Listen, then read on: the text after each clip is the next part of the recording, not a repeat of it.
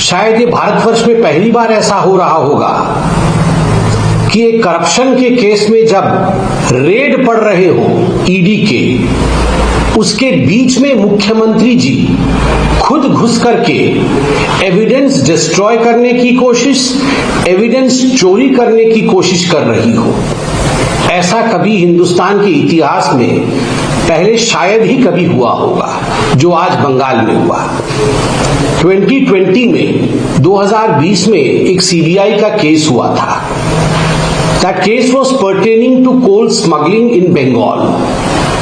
बंगाल में जो lease hold की जमीन थी जहां से कोयला निकालना होता था, यह कोयला कहीं ना कहीं किसी न किसी रूप में स्मगल किया जाता था और उसमें बहुत बड़ी धांधली होती थी, बहुत बड़ा घोटाला था। हवाले का पैसा भी इसमें इन्वॉल्व था। तो उस समय एक एफआईआर हुआ था। समय के साथ उस पर कार्यवाही चल रही थी। In a step ladder pattern, various actions were being taken in the coal smuggling case of Calcutta, against which an FIR was filed way back in 2020. Acting on that FIR, when today raids took place in 10 places in India, उस FIR के आधार पर आज enforcement directorate ED ने भारत के 10 जगहों पर red किया, जिनमें 6 स्थान बंगाल में थी और 4 स्थान वो दिल्ली में स्थित थी। और मुख्यतः अनूप माझी नामक व्यक्ति जो कि इस कोल स्कैम में इन्वॉल्व है, उनके प्रेमाइसेस, उनके ऑफिस इत्यादि में रेड हुआ।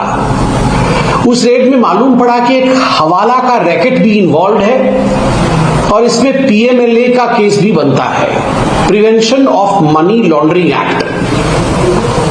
जब ये हवाला के चेन को देखा गया कि किस किस माध्यम से हवाले के पैसे को आगे बढ़ाया जाता था, आगे भेजा जाता था, तो एक कंपनी सामने आई जिसका नाम है आईपैक, PAC।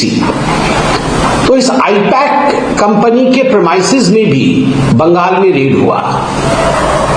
रेड जब चल रहा था उस समय उच्च पुलिस अधिकारी आए और उन्होंने आके ईडी के ऑफिसर्स से अपना वेरिफिकेशन मांगा, अपना आईडी मांगा, जो कि स्वाभाविक है कि ऑथेंटिक रेड हो रहा है कि नहीं हो रहा है, ये जानने के लिए होता है।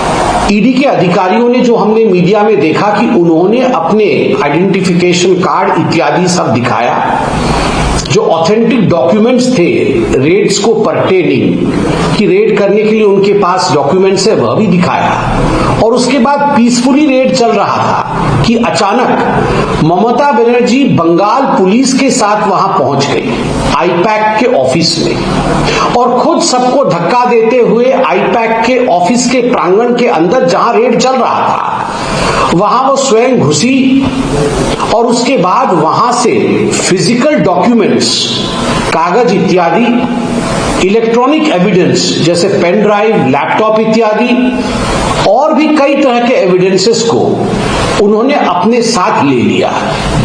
आप जरा चिंता करके देखिए, शायद ऐसे वाकयात, ऐसा मैं कहूंगा दृश्य हिंदी फिल्म में भी आपने नहीं देखा होगा कि कहीं सीबीआई या ईडी की रेड चल रही हो और स्वयं मुख्यमंत्री वॉक्स इन, खुद मुख्यमंत्री अंदर आती है और आके एविडेंस लेके चली जाती है।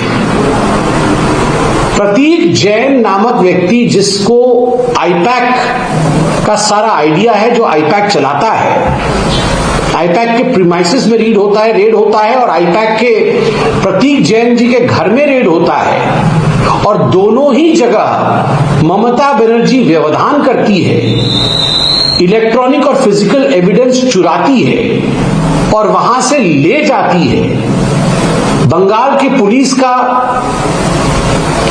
इस्तेमाल करती है, प्रयोग करती है अपने मनसा को अंजाम देने के लिए।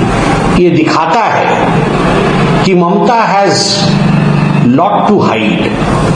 ममता जी के पास ऐसे कई राज हैं जिनका वो खुलासा नहीं होने देना चाहती है। याद करिए, ममता बनर्जी जी के ही एक मंत्री, उनके कैबिनेट के ही कलीग, उनके ही एमएलए मदन मित्रा ने विगत वर्ष 2025 में कहा था कि ये पैक वाले, जो आई पैक को वो पैक वाला कहते थे, कि ये जो पैक वाले हैं ये बड़े भ्रष्ट हैं, यही हमें बर्बाद करके मानेंगे।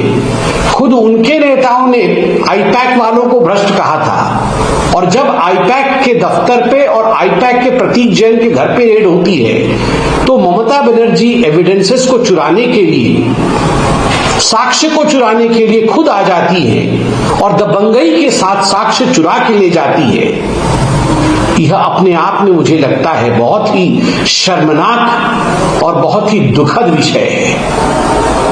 Is Bengal outside of the purview of the law in India? क्या बंगाल को ममता बनर्जी ने ऐसा बना दिया है कि वो भारत के कानून के बाहर कोई क्षेत्र है? जहां ममता बनर्जी कहती है घुसपैठियों के विरोध में कोई कानून नहीं लागू होना चाहिए, जहां ममता जी कहती है एसआईआर लागू नहीं होना चाहिए, जहां ममता जी कहती है कि मैं बीएसएफ को बॉर्डर फेंसिंग के लिए जमीन नहीं दूंगी, जहां ममता जी कहती है ईडी का रेड नहीं होना चाहिए, और ईडी का रेड होता है तो स्वयं ममता बनर्जी ईडी के अफसर्स को धमकाने के लिए वहां पहुंच जाती है। Is Bengal cut off from India? क्या बंगाल को भारत से काटने की कोशिश ममता बनर्जी कर रही है? यह सवाल बहुत जायज है, और आज प्रत्येक बंगाली को, प्रत्येक हिंदुस्तानी को यह सोचना चाहिए कि आखिरकार ये जो माफिया राज चल रहा है, ये जो दबंगई का राज चल रहा है बंगाल के अंदर, जहां भ्रष्टाचार को बचाने के लिए स्वयं मुख्यमंत्री उतर के आ रही है, ये कब तक चलेगा? जनता है, जनार्दन है, सब समझती है, और जनता के मन में, जनता के मानस पटल पर भ्रष्टाचार के लिए कोई भी ममत्व नहीं है। The public does not have any sympathy for corruption, and those who support corruption. So we are absolutely sure that in the days to come, the people of Bengal will resort to democratic means to answer to the anarchy of Mamata Banerjee. हम पूरी तरह से इस बात से वाकिफ हैं कि आने वाले दिनों में लोकतांत्रिक तरीके से बंगाल की जनता ममता बनर्जी का ये जो अराजक तरीका है राज करने का, उसके खिलाफ उठकर खड़ी होगी और ममता जी के खिलाफ जवाब भी देगी।